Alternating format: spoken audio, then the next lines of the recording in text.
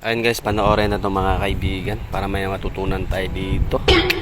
Ayan mga kaibigan, ano na naman klaseng luto kaya to mga kaibigan? Parang nilamutak mga kaibigan. Oh.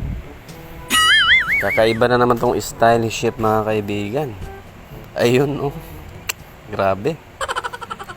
Uy, hinaluan ng itlog. Ano kaya klaseng luto to?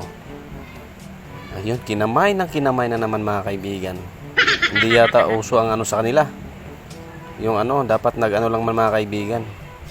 Nag-gloves. Oh, wala talagang gloves mga kaibigan, oh. Ayun, oh. Nilipat.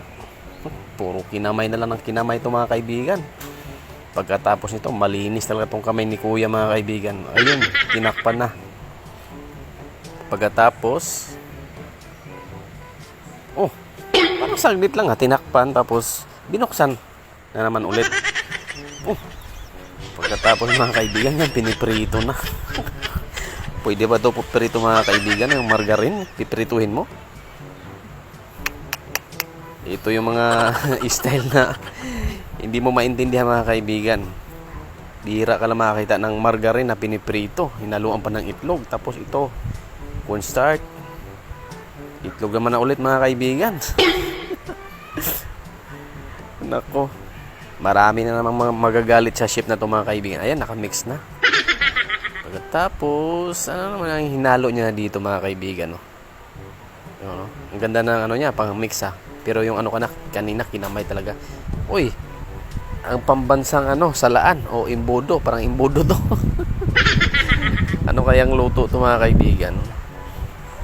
For the first time kasi ngayon lang ako makakita na margarine piniprito. Oh, may style pa. Ano nang purpose niyan? Nilagay niya dyan sa gitna. Ano kayang purpose niyan? Ayun. Pagkatapos, ay, naku, useless lang din naman pala yung nilagay niya doon mga kaibigan. Ayan o. Kakaiba na namang style. Tapos, ayan. Ano yan? Parang margarine. Ayan. Margarine ba? Hindi yata eh. Kulay dilaw oh. Tinamay. Mali ang linis na ng ano ni chef dito.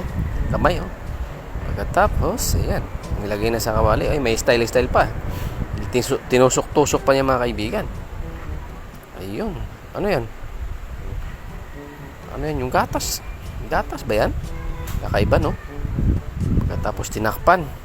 Ayan, malalaman natin yung resulta niyan. Uy, nilagyan ng mga toppings sa taas. Kakaiba talaga itong mga style na ito mga kaibigan.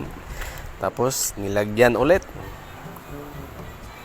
Para siyang ano, kumbaga, hindi naman siya condense. Ayun. Ganun pala ang kalalabasan yun mga kaibigan. No? Pero yung ano, nawawala na mga kaibigan, yung star margarine.